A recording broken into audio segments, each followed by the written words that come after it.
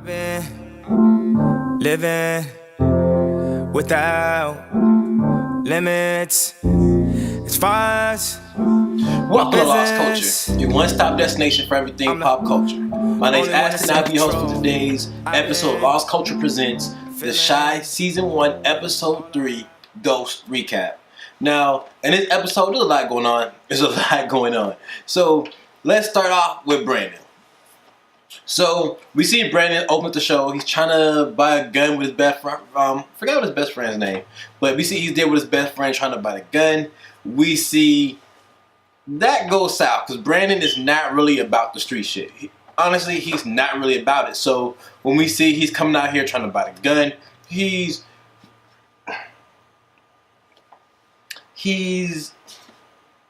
very reluctant about it. So we see like, oh, let's have a sidebar, talk about it.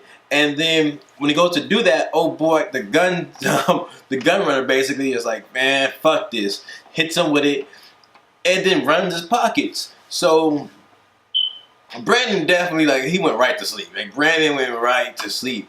If I know it was like off the rip. But his old boy ran his pockets, got out of there. And you see his homeboy pick him up. And Brandon, being the type of dude he is, first thing he does is go to his mom's house. So he went to his mom's house because he knew if he went right home, he had to explain to his girl what happened and why he was out there. So his first instinct was to go to his mom's house, get cleaned up, and then go home. Hopefully his girl wouldn't notice. But as we see, that did not work out.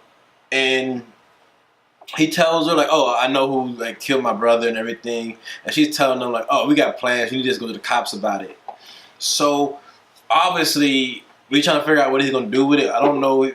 After this episode, I definitely don't think he's going to go to the cops about it. Because I think information that he knows, well, thanks to Kevin, the information that he knows and Ronnie, he's put in a place where he's probably going to have to deal with it. And I want to know how next week's episode is going to be. Like, I definitely know how next week's episode is going to be because we see how it left off, like Kevin, Ronnie, and Brandon all right there under the bridge. But let's get back to, like, the whole storyline of Kevin in this episode. We see, not Kevin, but Brandon.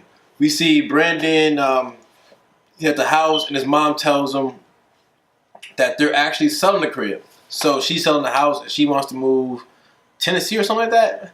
Somewhere out that she's never really been to.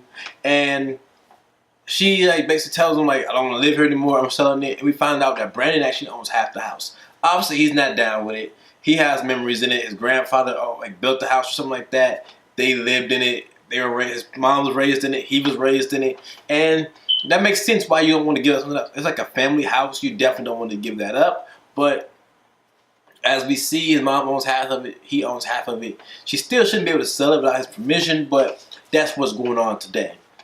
And he asks his girl just for backup, just to, like, tell her, like, to reinforce him, saying that it was a bad idea to sell the house. But when she gets there, she hears about who's selling it, the neighborhood and everything, the Barack Obama library coming, the level 1 trauma center coming. It's actually in her best interest to maybe sell right now, as she did plan on selling, because the neighborhood is booming. They're going to want more land to build on and things of that nature. So we see all of that going on.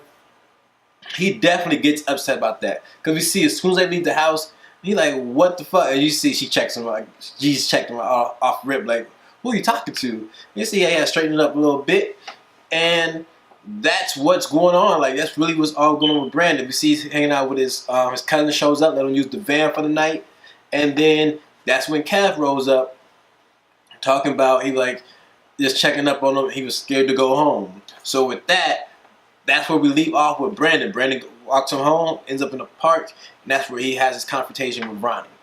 Now, I'm not going to Kevin next. I'm going to Ronnie next. So right off of Ronnie. We see Ronnie's getting high. He's definitely starting to see Cookie this episode. He saw Cookie a couple times. He's talking to him like, "Oh, what you doing on my couch, man?" Like, and I thought Ronnie was a druggie, but this, like, definitely reinforces it for him. Like, he's a druggie. I didn't know, like, why. I automatically assumed he was a druggie, like, in the first episode. But now we see He's all the way druggy. I don't know what he was smoking. I don't even remember what he smoked. It couldn't have been weed. Ain't no way he's smoking weed and seeing stuff. So I'm assuming it's something stronger than weed that he was smoking, but it could have just been weed. I don't really remember what he was smoking.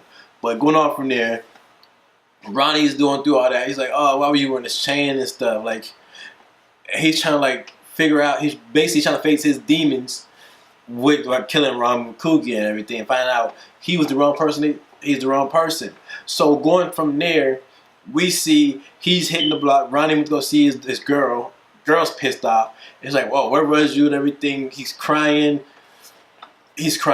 And maybe he had the tears before, but I had argued with my girl about something I did, and I cried, and it turned out the stuff like, "Oh, what's wrong with you?" So it turned out there, but obviously he must have had those crocodile tears more than just once. This must be a normal occasion for him, occurrence for him, because she wasn't buying the tears at all. The tears are supposed to get you out of stuff, but for Ronnie, the tears got him nowhere, got him more disrespected. So his girl definitely was not having that like little, "I'm not staying up late for you no more, wondering where you are, you could have called," all that. And that is true. Ronnie was definitely in the wrong for that instance. Ronnie could have let her know where he was, but hey, he could have made something up. Something could have happened. Like, he could have made anything up. But Ronnie got himself in an even stickier situation, because we see everyone kind of assumes that, well, everyone knows that like basically Ronnie did, because Cruz, when he showed up with Cruz basically confronted him about like, "Oh, I told you I showed you somebody that we had in custody." Next day he ends up dead. Cruz get questioned about, "Oh, that the guy you had down, checking the body over? I heard you had somebody down there." And guess what? He's like, "Oh, okay, so there goes that part." So now there's two people assuming he did it. Kevin already knows, and then the guy he sold the gun to, he basically told him, "If I find out there's a body on this gun, I'm gonna kill you, your grandmoms, your prom date, your baby moms, or whatever." Like, he went back for everything. Like, why you gonna kill his prom date? Like, this is that's some thorough killing right there. You're gonna kill a man's prom date. So he went through all that, and I don't even know why Ronnie was there in the first place. Like, and you sold someone a dirty gun. Why would you go back to him? Because like, I don't even understand why you would go back to him, but hey, that's what he did. He went back to him trying to get information. Old boy said he'd give it for him. He just wanted like a price. But we see now Ronnie gotta hope that stuff didn't bounce back to him, because boy, that's gonna be some other stuff. Now, another thing, Ronnie is so dumb in this episode. Like, Ronnie is super stupid. First of all, why would you show up on campus? They would have told him at that moment, then he'd have been in a whole other situation. But there we go. We see Ronnie shows up to the corner store trying to figure out where the boys are and what school they go to, and he finds out what school they go to, goes talk to him, and then, well, he don't talk. He shows up. The boys see him first, and they run. Then from there, that was really it. And by the end of the episode, we see where Ronnie, Brandon, and Kevin had the big face-off. That's where we left off at for Ronnie. Now, going over, let's go to Emmett. So, Emmett. I actually really like Emmett this episode. Emmett had a lot going on. We open up with Emmett. He's with his girl, trying to smash whatever, or he just got done smashing. Moms come on, he just seen out the window. And it reminded me like the funniest story ever, because I've been in the same situation when I was in high school. When I had my girl house trying to smash, and then her moms come home. So I had to go out the window. But for me, it was a 2-story window, so it'd be like MacGyver bed sheets together and tied to her bed frame and go down the side of the house. Pretty crazy. I had to scale the side of the house. Yeah, it was pretty crazy for me in high school, doing a lot of dumb stuff. But going from there, we see Emmett. He had to go through the window, and when he wakes up, you see he goes to the bathroom. His son's there, and that is I like how they added that aspect that kids really does not have any like personal space. When they see like their parent went to the bathroom or something, you see memes where you see like little fingers under the door, you see them peeking through the door. Cause my daughter does that. If I go to the bathroom or something, she'll sit right outside the door and just talk to me like, why? Why? So we got that. We see his mom is actually, I don't think she's stepping up, but she's definitely playing a role in her grandson's life. She's buying him clothes. She's babysitting. She's she's being hard on him, but she's not being as hard as she was before. Now I think now she's to a point where she feels like he understood the message that she was trying to give him, and now she's there to help him. Now that he's stepping up, she's willing to step up with him and support him with the things that he needs, even though he has to do more. She's not just going to be there just cause. She's there to support, but she's not going to be there all the time. So we see that. We see from there, Emmett is out on the hunt trying to find a new job. He's talking to his boss at Sonny's. Sonny's letting him know, like, hey, you better get Q back his money. Ain't nobody to mess with. And this also reminded me of something funny. When he's at there at the stop at the pizza spot talking to like his boss about the grease and everything.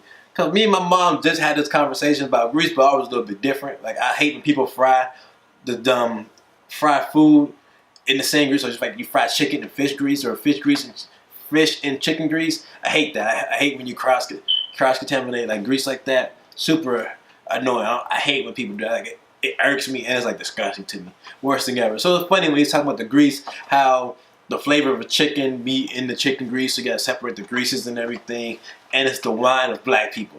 Pretty funny. I understood where he was going with that, even though Emmett did not understand it. But from there, we see Emmett like asking for the hours. He tells him there's none available at the moment, but if anything comes up, you got first pickings. So I'm going from there. Emmett basically hitting all the little spots around the place. We see he goes to the corner store that everyone happens to shop at, but no one knows. Well, actually, everyone knows each other. So he goes to the corner store, asks him for a job, and they're not having it. He basically pulled the little Monique protest. An old boy was not having it. The old boy was like, man, I gotta get my swishers. So he got his, and he's telling them to him. And we see the younger dude is definitely more in line with the culture than the father is. The father is there to make his money, but the younger one is definitely there about, he's actually part of me. He probably grew up with a lot of these kids. So he understands that, like, cool, you know, oh, here, we make this much, here, I give it to you for this much. For him, he's like, okay, I got a job for you, and you can come through on some Air Jordan 4s. So 4s, I don't think 4s are that hard to find. I can go online right now and find some 4s, no problem. Like, so I'm pretty sure, he didn't even ask for a specific colorway. He just asked for some 4s. So, and in kid sizes, that's be no problem. He'll find some 4s, no problem. But going from there, he was just talking about it, and we find out that, hey, if you get it, I got you, he'll do that. Going from there, we see Emmett basically trying to try his hand, goes to, with the Red, he goes to Red and asks him about the drug dealing. And this is what might throw me off. I'm gonna go to Q next, so I don't know if Q seen what Emmett did. I'm hoping he didn't, because we know Q said he doesn't want him to be out there in the streets doing no dumb shit. And hopefully Emmett going there did not like mess that up with Q, because obviously he owes Q that money, even though I thought it was more of a gift, but his brother always told him, hey, you better give him that money back. I don't want anything to happen to you. So we see that, and when Emmett's there, he's definitely not for drug dealing. We see what Red tells him, hey, you want to get this money or not? Emmett's like, I got to think about it. Like, oh, you got to think about it. This life is not for you. And that's true. That is true. So we see Emmett does not take the offer. He walks off, and that's all we get for Emmett. Now, in this episode, we got a little bit more time with Q. We see Q is still investigating Jason. He runs up on Trice and Red. So Trice and Red are some more characters that we're getting extra time with. We see they have some history here. I don't know what happened. I don't know what happened, but definitely we see Trice definitely has respect for Q. Q walks in the car. We see Red doesn't really know who he is. Red is disrespectful. He don't really pull the hammer, but definitely shows the hammer. And Q just like, what? So I'm about to show you mines now, whatever. And Q is so old school with it. He tell him like, damn, y'all might just have a sign saying y'all drug dealing. Y'all are out here way too loud. Y'all doing way too much. Y'all killing people. Y'all leaving bodies. It's just way too much. And y'all bringing way too much attention to yourselves. So y'all gotta figure it out. Calm it down. So Q is in there trying to give him advice, and we see while Trice is taking the advice, he's very reluctant, like, oh, what my stash house has got to do with you, blah blah blah. But at the end of the day, he understands, hey, whatever it is, whatever it is. So I know I kind of like predicted that Q was gonna be Jason's dad. I still stand by that. I don't know, like I don't know what it is. I think, yeah, I don't know what it is, but yeah. So going from there, we see he buys the house that Jason's girlfriend was showing. Oh, not Jason, but Brandon's girlfriend was showing off, and he might have some ties to her too. Cause we see like, oh, your dad was. I might just be over analyzing stuff. I'll take that back. He might not have anything, but we definitely know he schooled Trice. We see he bought the house from Brandon's girl. He obviously used to sell drugs. Like I don't think we ever had any questions about that. He definitely was a drug dealer. This is what he dressed, and he went to Cuba for a reason. We never know why he went to Cuba, but obviously he didn't go there just for vacation. So all that happens. Now we see he's basically he's cooped up inside the house, just doing a stakeout basically on Trice's stash house where Red is running at. All that going on. So maybe he thinks Red did it. That might be where we're at. He might think Red killed old boy. So going from there, let's talk about Trice and Red. Now Red we've been seeing since the beginning of the show. All 3 episodes we've seen Red for little parts here, little parts there. And now we're starting to get a little bit more development for him. Not that much. We get to see he is a little bit of a hothead. He's definitely more gangster than the rest of them. He's not the top man like we thought he was. He's definitely like middle management. Or maybe like the assistant store leader or something like that. But he's definitely not the man around town. So we see that at that moment, that Trice is the leader. So we see he's sticking outside the car protecting it. And when Q runs up, he tells him, hey, you gotta back up, get out of here, old man. And that's when Trice tells him to come in. So we can see Trice has some respect for him. He's the drug dealer, and he has mad respect for Q. But we don't know anything else beyond that. So I'm pretty sure we get more time with Trice and Red to see how this goes. Because Q's staking out their little stash house. He's definitely got eyes on Red. He's hoping that Trice is going to report back to him with the information he needs to know. But I'm thinking that Red might have been the one who pulled the trigger over there. But don't really know at the moment. Going from that, our last person of the day, we got Detective Cruz. So Cruz, him and Ronnie is not getting along right now. He's 100% sure that Ronnie did it. He's at home looking at the report. You see his girl walks home. His girl kind of bad too. Gotta give him respect for that. And we see he basically tells her, I told someone about this kid. That kid ended up dead. And I'm pretty sure he did it. And this girl's like, oh, so I mean you're going to go lock him up. And he's like, no, I don't have any evidence. So I'm pretty sure that somehow Cruz is going to be the, if Brandon does not kill Ronnie next episode, I'm pretty sure Cruz is going to do something about it to have him figured out. Going from there, that's really it. That's all we have for this episode. It's so weird doing this show. It's a lot different than like other shows. You can obviously break down characters. I found out a better way to get this together. We're going to start having guests next week. Prank guy Sean King is going to be on next week's episode. I think he's going to be here for the rest of the season. But we'll figure that out next week. Going from there, our shy moment of the week had to be Kev. We see for Kev to save himself. Did we talk about Kevin? We didn't. Let's get into Kevin. We didn't even talk about Kevin. Oh my God.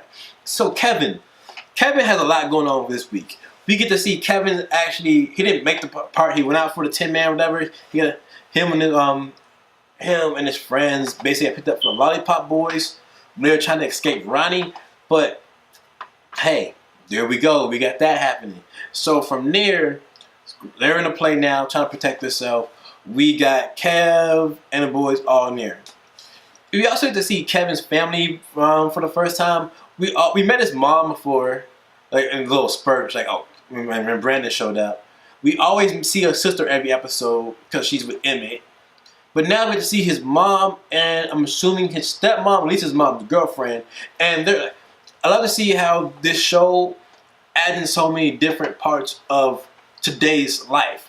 Because we get to see how Emmett as a single parent like mom going on.